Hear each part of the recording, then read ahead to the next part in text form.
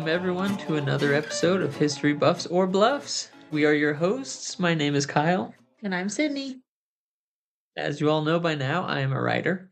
And I love to read. I'm also a history buff. And I am not. Our podcast is a story-driven topic on an event that may or may not have happened in history. All seeing sweet somethings or nothings in your ear.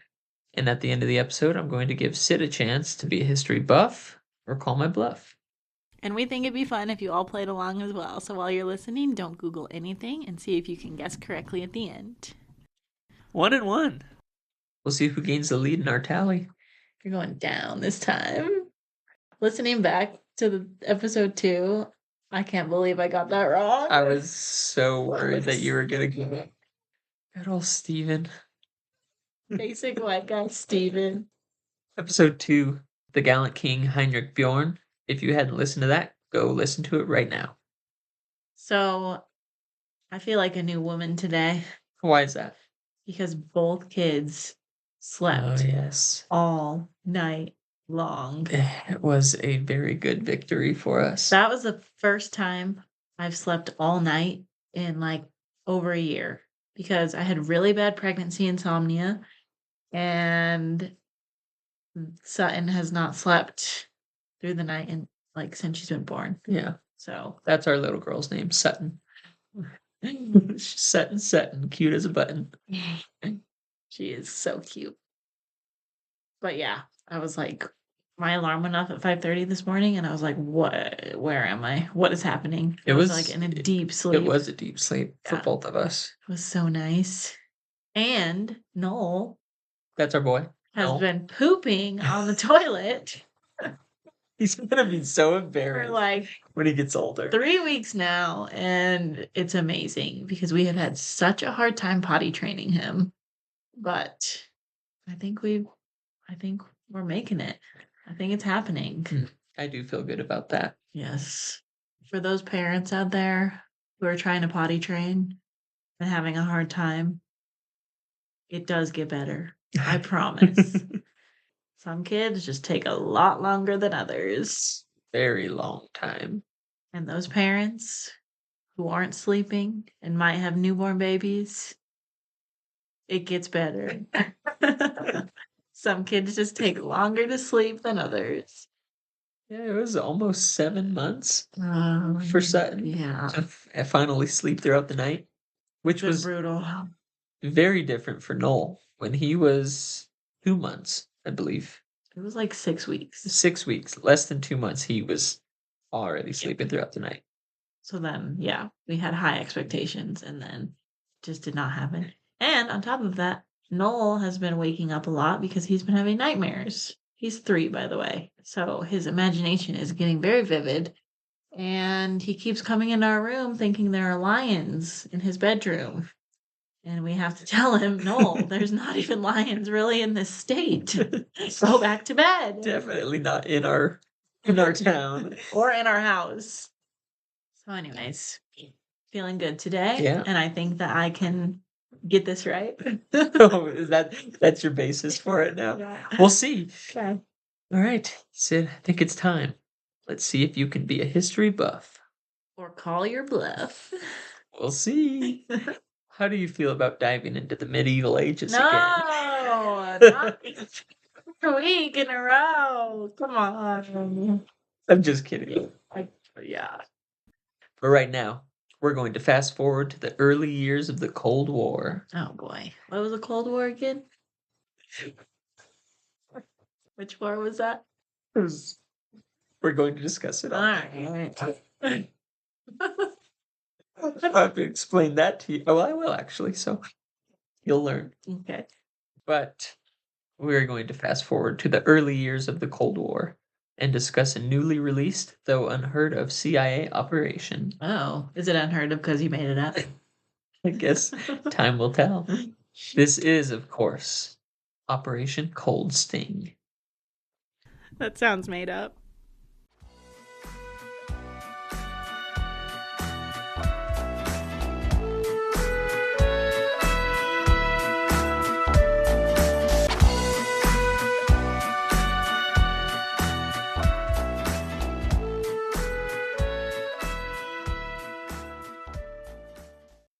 Now, last time you were so confident and then changed your mind.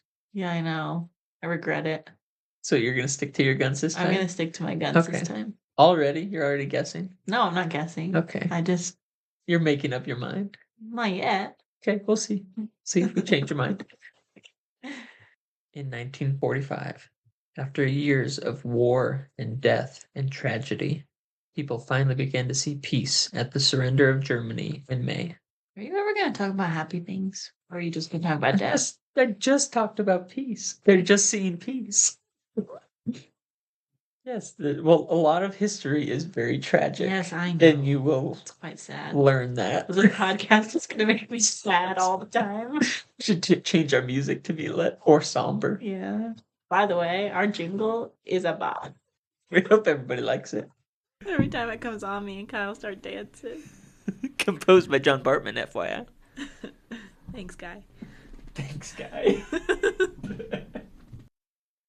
I got one sentence in. Can I continue? Yes. Japan wouldn't surrender until the end of that year, but for a brief moment, people could breathe a sigh of relief. However, that didn't last long.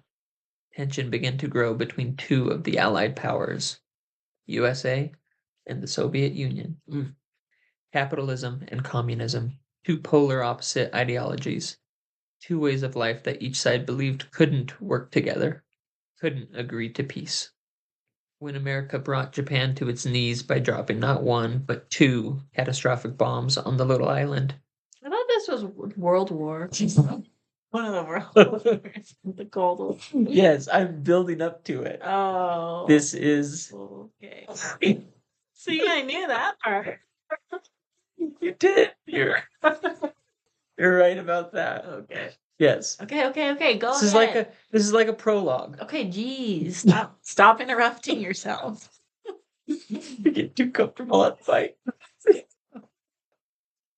When America brought Japan to its knees by dropping not one, but two catastrophic bombs on the little island, America believed this was the leverage they would need to gain the upper hand on the Soviets. In fact, months before the bombs were used, President Truman hinted to Stalin that they had created a new weapon, one with such destructive force that they would use on Japan if they didn't surrender. Stalin, from all accounts, had no visible reaction. In fact, he seemed delighted at the news. President Truman was surprised. He expected the news to frighten the small, unassuming man. What Truman didn't know was that Stalin already knew about the Manhattan Project, the secret project the United States had conducted to create the nuclear weapons they would use on Hiroshima and Nagasaki. There were Soviet spies in the Manhattan Project, and Stalin first heard about the atomic bomb in 1941, 4 years before they were even used. Truman didn't even know it yet, but the Cold War was brewing, and 2 years later it would officially begin. For decades, these two powerhouses fought a war of thought, threats, and of very near disasters. Espionage, infiltration in government agencies, and media hysteria led to a climate of fear, paranoia, and suspicion of not only your neighbors, but your own family.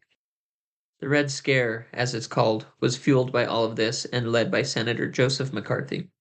It didn't help that there were spies. Both countries were constantly trying to steal information, sneak into organizations, and destabilize the other. One of the more ludicrous attempts at destabilization was Operation Coldstein.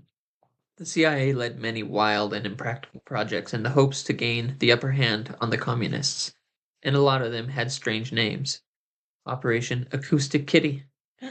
That involved killing kitties. No, it was actually a listening device was implanted in a cat in hopes that... That's still animal abuse. Okay, yes. Now, it was... I don't like these guys. It was put in the direction of some Soviet officials, and the hope was that that listening device would pick up on some things that they were saying, some secrets that they might have shared. Unfortunately, the cat was hit by a taxi as soon as it took... Oh my gosh. That poor cat. Another one you might have heard of, MK Ultra. Yeah. Like Stranger Things. Similar to that, yeah. Research into LSD and mind control in hopes to gain Soviet secrets. There was one I found called Operation Cold Feet, which was an extraction mission of some intelligence documents at a Soviet research station that was in the Arctic. Wow. And one of my favorites, condom drop. Hey, that's inappropriate. Just wait. Okay. Their idea was to label extra large condoms as small or average Uh-huh. and drop them over the Soviet Union with weather balloons. And it was meant to make them think that the Americans were well endowed. Oh my gosh. Men. This is why men should not run the world. It was never implemented. Now, what is Operation Cold Sting, Sydney? Don't know. What are you going to tell me? Care to take a guess based off of the name alone? Cold. So somewhere cold. Maybe like the North Pole Okay. or Antarctica or Iceland. Oh, you like Iceland. Sting. Like a bee sting. Mm, So they release a bunch of bees in the cold. wow. Guess let's see. The anti-communist agenda was so ingrained in many that they often went to great lengths to get Soviet secrets, and even greater lengths to destabilize the foreign power. The one we are going to talk about didn't involve cats or drugs or mislabeled condoms, but instead a simple flying insect. A bee? Was I right? A bee? In 1958, at the height of the Red Scare, the CIA's entire job was practically to come up with elaborate and effective attacks to weaken the Soviet Union. These were needed to be top secret, however. Both sides knew the other was trying to do just that, but there was a sort of feign of innocence from both countries. Since both sides knew the other was spying on them, neither would back down, and their fingers hovered over the buttons that would launch nuclear warheads across the globe. It was a delicate balance of lethal threat and portraying clean hands. Neither wanted to be responsible for destroying the world, but both were poised to do it. At the time, CIA Director Alan Dulles oversaw many covert actions and operations. He was the final say in what got the green light, which projects, like the condom drop, didn't go into effect, That was probably a good call though. and who would be involved in the projects. The one responsible for coming up with Operation Cold Sting, however, was Deputy Director Paul Leonard. The director and all his deputies sat in a small, stuffy room. Smoke filled the air as Field there? Why do you talk like that? Kyle doesn't know his E's from his I's. It's not that I don't know them. It's Yeah, just it is. the way You don't I know how to speak. pronounce them. It's called an accent. No. You live in Colorado. You do not have an accent. Pablo accent. Yeah. Smoke filled the air as they hurled ideas at each other. Maybe they could intercept mail from the suspected spies. Maybe they could have agents infiltrate low-ranking positions at the Kremlin, work their way up to the classified areas. Now, neither of those were short-term or cost-effective. And the damage they could inflict on the Soviets, not enough. Paul stood up from his chair, pointing with his nearly burnt-out Winston. That's a Winston. A gun? It was a cigarette. Oh. Why would he point a gun at the window? No, these guys do really weird things. It was a cigarette brand. Okay. I wouldn't know because I don't smoke. Paul stood up from his chair, pointing with his nearly burnt-out Winston out the window. Alan and the others looked where he was pointing. There was a large wasp nest outside the window, yellow jackets buzzing and whirling around their home. I was right. You did guess that? At first, the others weren't sure what Paul meant, but then he picked up a file that they had just gone over. Entomological warfare. This was a specific type of biological warfare that uses insects to target enemy soldiers or bases. Paul explained that they had scientists researching that very thing. If Alan approved it, they could have their scientists work up a way to weaponize the wasp, then introduce them into the Soviet Union. Now, the reason this was approved was that wasps were not native to the Soviet Union. They didn't have the type of climate that wasps could thrive in.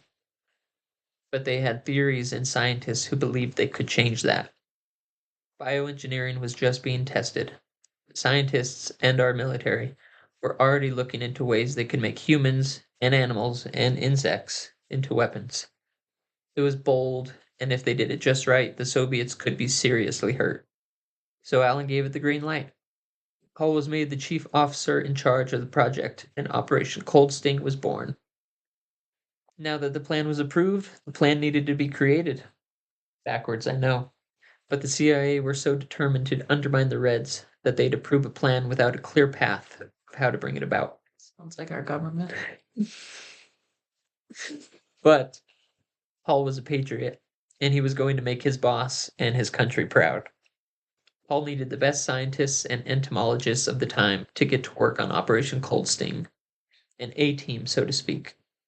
Paul found his team, and when I say they were top-notch, I mean it.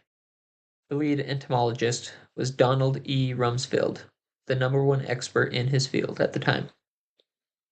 They got 2 bioengineers on board, Barbara V. Bell and Alexander I. Brown. Additional staff was brought on to assist these 3, but not many. Paul was cautious of spies, and every person was thoroughly vetted. Research began right away.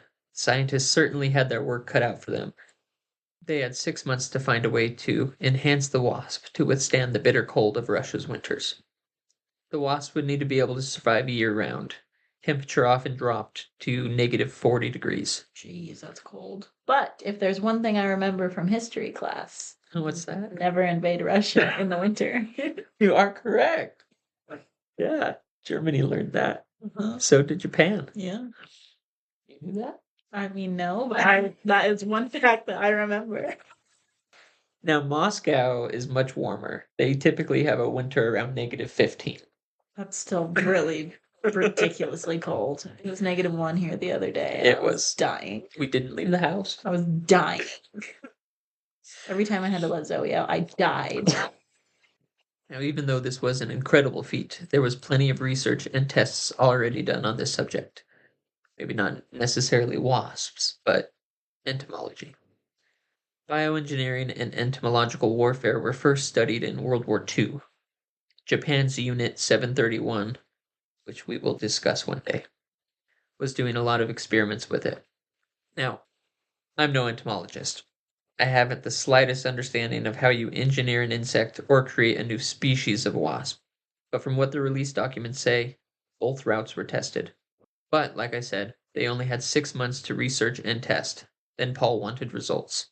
If he didn't get any results, Allen would scrap the project. So Donald, Barbara, and Alexander worked tirelessly to get the job done. From what I gathered, they ended up doing a bit of both. They enhanced the genome of the wasps. This involved altering the DNA, adjusting the metabolic homeostasis of the insects, and producing higher levels of aggression. Gee, they're already aggressive. Gosh. Yeah, they are. I don't like that. I don't like that. I don't like bugs. At all. Ever.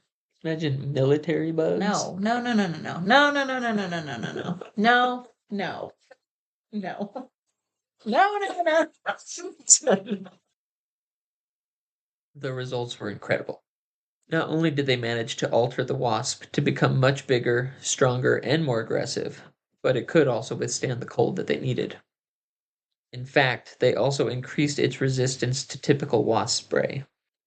They had done the impossible, but now Paul needed to as well, and he needed to find a way to sneak the altered wasp into the Soviet Union.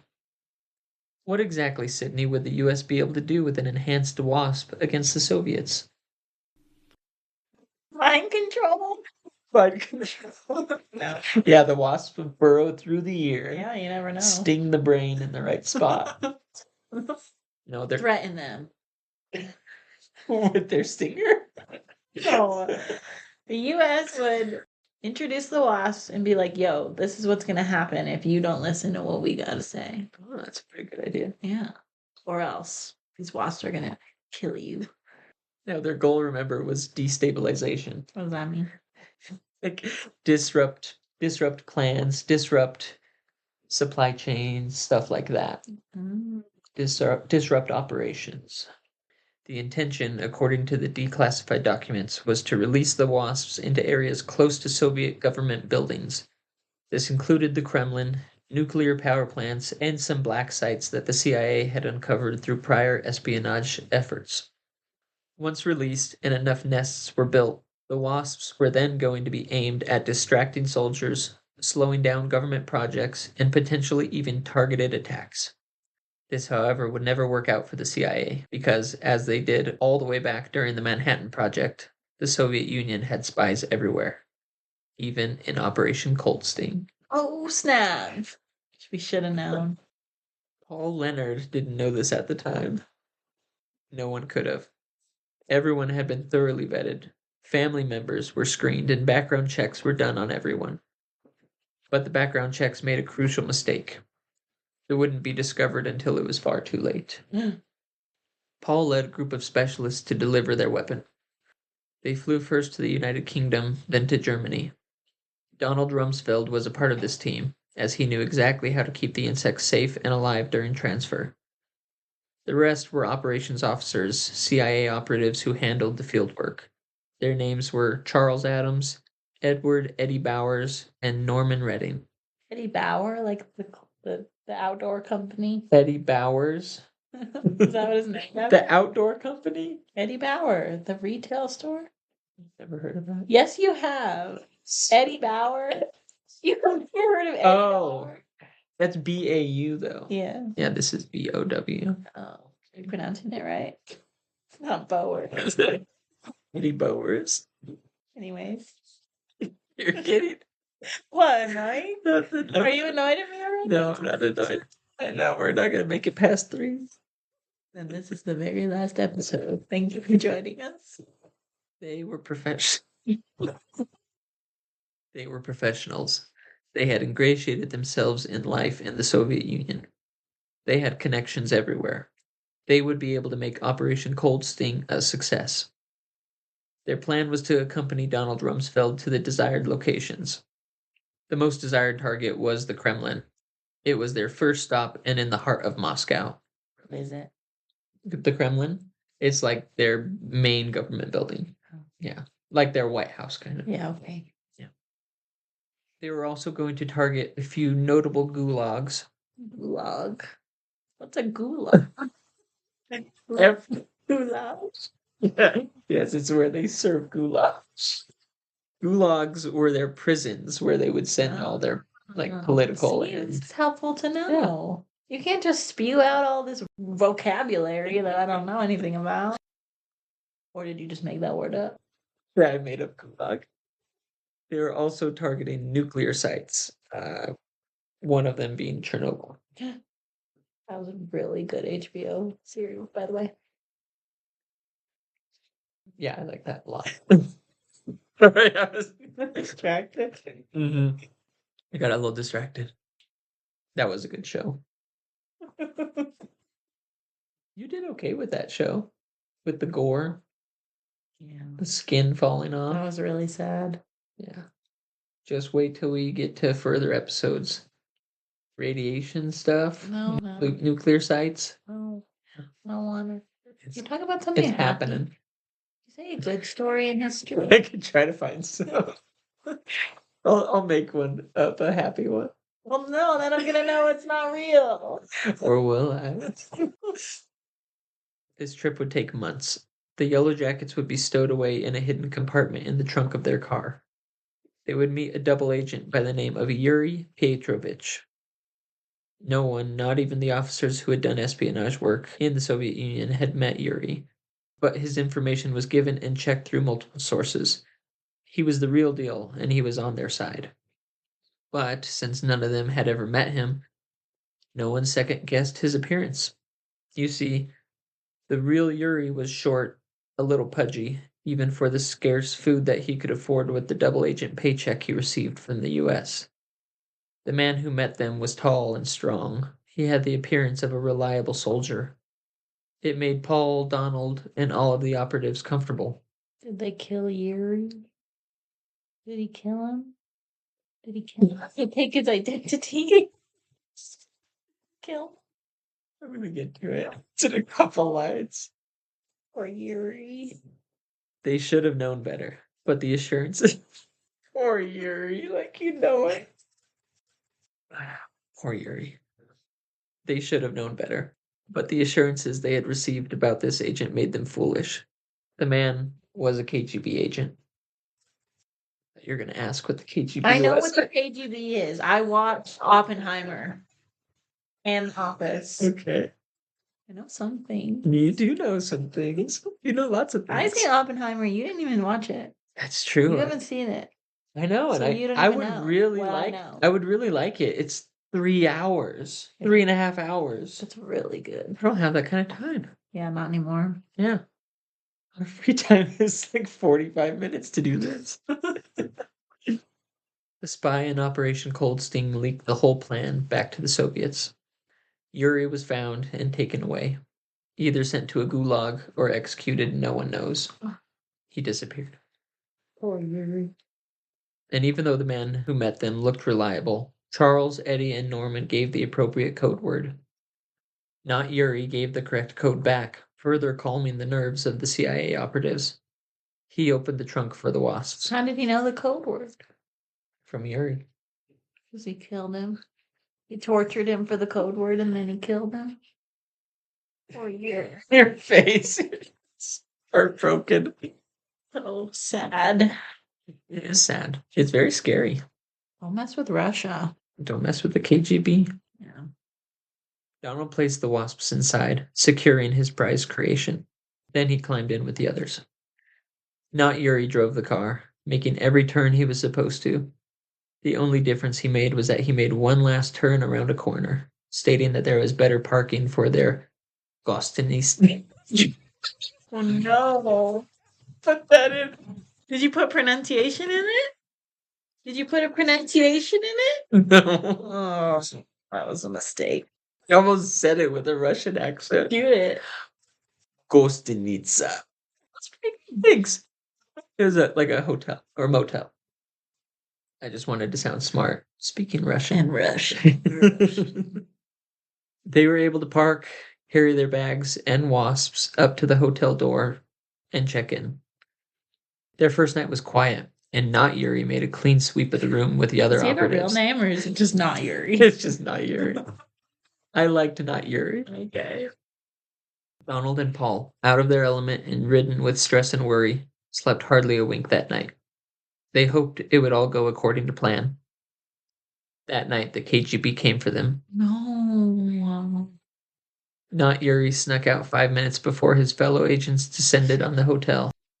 They struck at night, fast and hard, and swarmed the hotel like wasps themselves. Paul and Donald woke in a start, the operatives telling them they were played. Paul didn't hesitate. Despite his fear, he had a contingency plan. Something he and Alan had cooked up before he left. Paul grabbed the case that the altered Yellow Jackets were in, had Donald unlock it, then he raced to the window. Paul Leonard threw the case out into the Soviet sky, its contents flying in all directions. He slammed the window shut.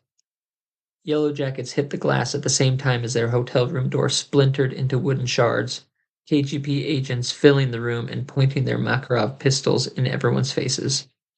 They screamed in Russian, ordered the CIA agents dropped to the ground. Paul and Donald shared one last look before black hoods were shoved over their heads. That's really sad. Operation Cold Sting was a bust. Oh, what? All the wasps still got out though.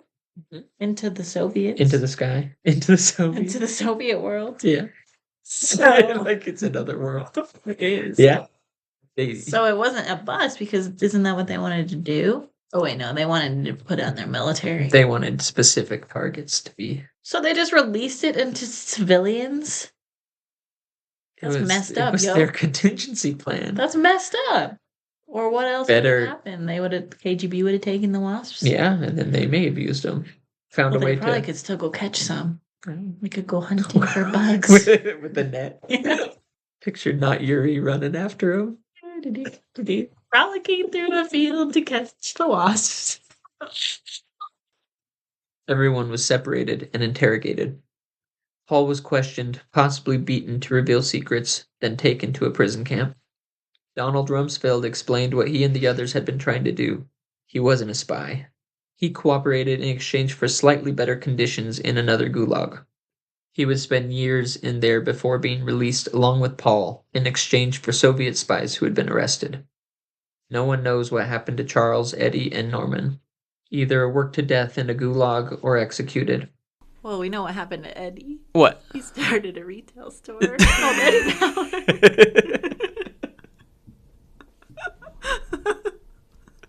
You're so dumb. You're not. I love it. But there's a small island in the middle of the West Siberian Plain that was used in 1933. Officially, it was no longer used at this time, though there's speculation that the Soviets still used it for some of their captured spies. It was known as Cannibal Island. Gross. Maybe we'll discuss it one day. Every CIA operative was captured or disappeared. The altered Yellow Jackets weren't. Even though Donald told the KGB interrogators what they did, there was no conceivable way for the Soviets to find and exterminate the insects. The wasps did what they were engineered to do. They adapted to the colder weather. They survived. The wasps spread throughout all of northeastern Asia, some being found all the way up to the northwestern city of Murmansk. Where's that? Murmansk, northwestern edge of Russia. Some even migrated to the tops of the Ural Mountains, where temperatures are often below -30. Ew. Never going there. To this day, the Russian wasp is considered one of the most territorial wasp species. They are on average 1.5 times the size of American wasps and baffled scientists as to how they managed to survive in the cold. What was once believed to be an evolutionary jump for the insect was just recently revealed with the declassified documents that they were in fact a breakthrough in science and entomology, and spread not by evolution, but by a failed espionage mission. But who was the spy? Not Yuri. Not Yuri. What's his name? I want you to guess. What was his name? Who? Did I already hear about him Mm-hmm. in the story? Mm-hmm. He was in the project. I kind of spoiled. So they were in the project. Was it one of the guys who went away that we never heard about? Randall? Rand. What was his name? Norman. Norman? No, it wasn't Norman. It wasn't Eddie. Eddie or Randall, right? Was the third one? Charles. Clearly, I'm not paying attention. Are you just gonna zone out on this? Zoning. I just have trouble remembering names, which makes this question really hard. Give me a rundown of all the names again. All the names. Alan Doles, the head of the CIA. Him. It was him? Yeah. That's your guess? No. It was Alexander Isaac Brown. He was one of the bioengineers involved in creating the superbug. Now, Alexander's name was a phony. His real name was Alexei Ivanovich Belov. That sounds very Russian. Very, very Russian. He was a Russian spy. In fact, his whole family was. Oh my gosh. They had emigrated to the United States before he was even born. Emigrated? Emigrated. Immigrated? Emigrated. Are you sure? Let me look it up. Okay, emigrate means to leave one's home country to live in another, while immigrate means to come into a foreign country to live permanently. Isn't that the same thing? Kind of. That's so dumb. English is the worst. Why isn't it just the same word? I don't know. But emigrated is correct. Okay. Both work. Their fake passports were from the United Kingdom. They'd been in the country for so long that they didn't even raise suspicion. He was a U.S. citizen, but he was a Russian at heart. Alexei, was a spy, but he was an actual scientist. He earned his position, but he was carefully placed there by his handlers. The KGB knew how important it would be to get spies in every avenue of science, medicine, and military in other countries. Alexei wasn't the first and certainly not the last, and he went undiscovered for a decade after he was able to reveal to the Soviets the plan for the altered Yellow Jackets. Unrelated to Operation Cold Sting, he was eventually discovered and arrested, but he had been involved in multiple other CIA-led scientific research assignments and had undoubtedly sent thousands of secrets to the Soviets. Jeez. That was smart. Operation Cold Sting wasn't the first and certainly not the last mission to fail for the CIA. They had multiple run-ins with the KGB, and I'm sure we'll cover more. But you have to answer one thing, Sydney. Was this a history buff or bluff?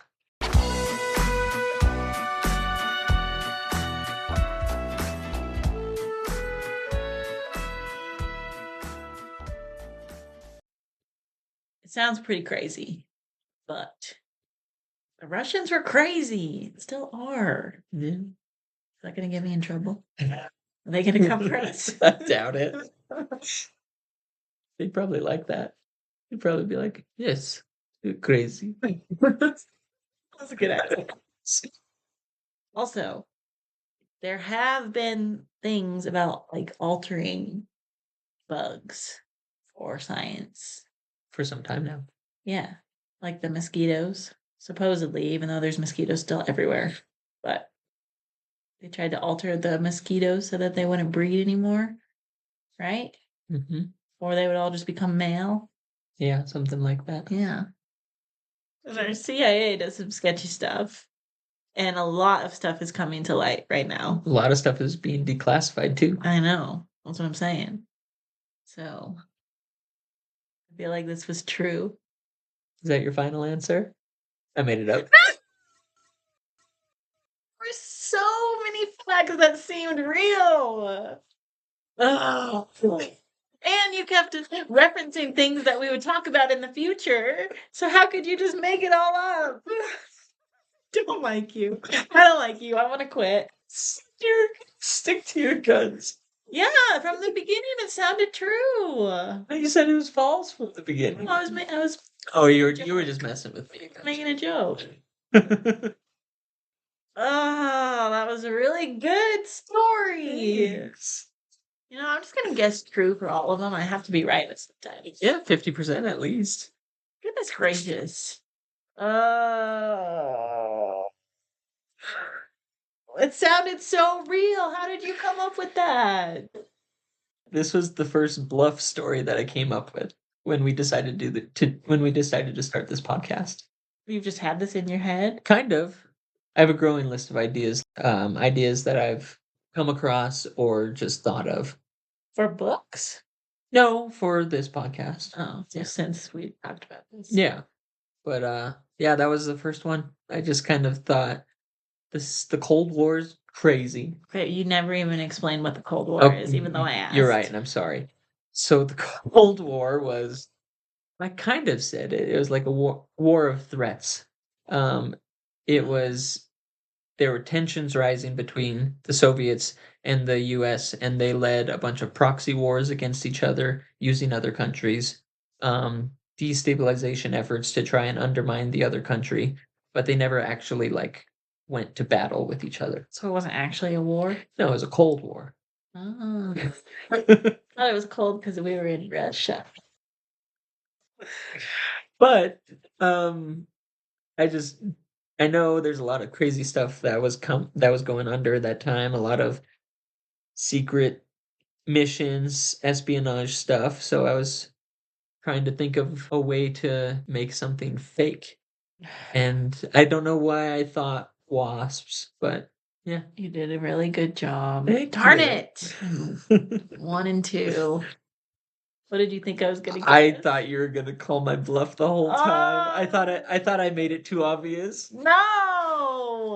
All of that sounded very, very real. Really? Like all the names and everything. Oh. I thought you would make fun of me for the names again. No, they sounded real. Dang it. You're fuming. I'm so You mad at have myself. smoke coming out of your ears. Mad at myself. My face is as red as my hair. I think we were also watching Stranger Things at the time, and when I was putting the list together, and that made me also think of Cold War and weird projects, stuff like that. Was anything about this true? Not really. Well, Alan Dulles was the CIA director of the time. He was real. All the other characters were fake, except for obviously Truman and Stalin. Not Yuri. No, Yuri was not real. And not Yuri was not real. Poor Yuri.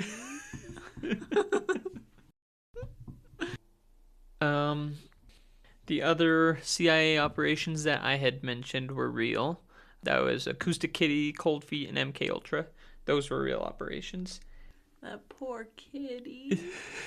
Wait, what about Condom Drop? Oh yeah, that was a real operation, but it was really scrapped.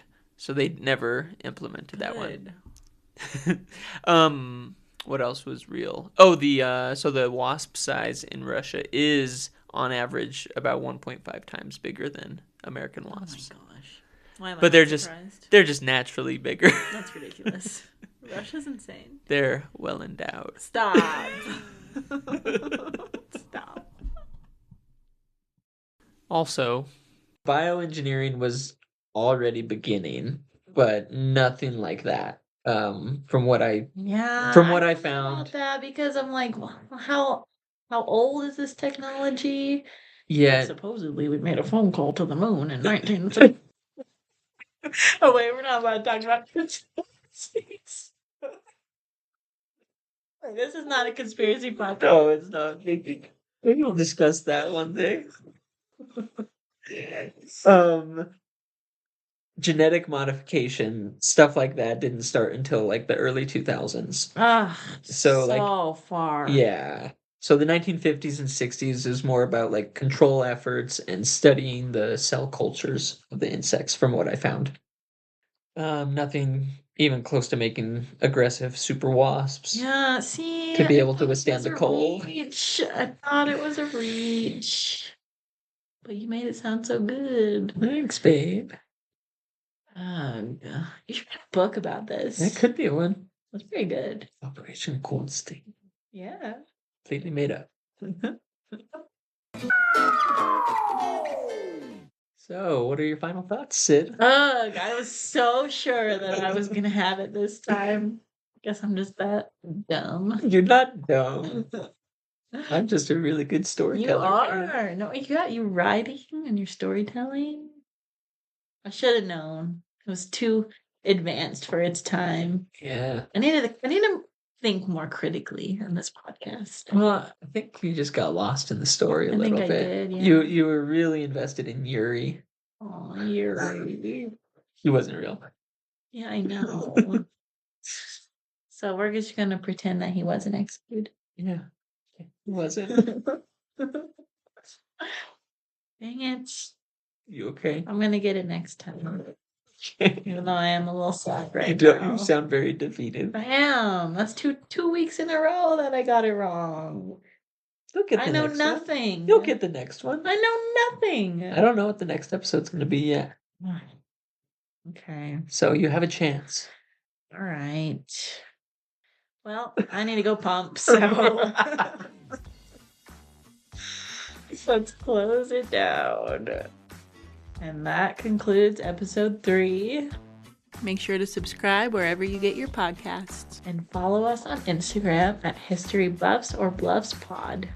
If you have an idea for an obscure or crazy event in history that you'd like us to do, you can email it to me at historybuffsorbluffs@gmail.com.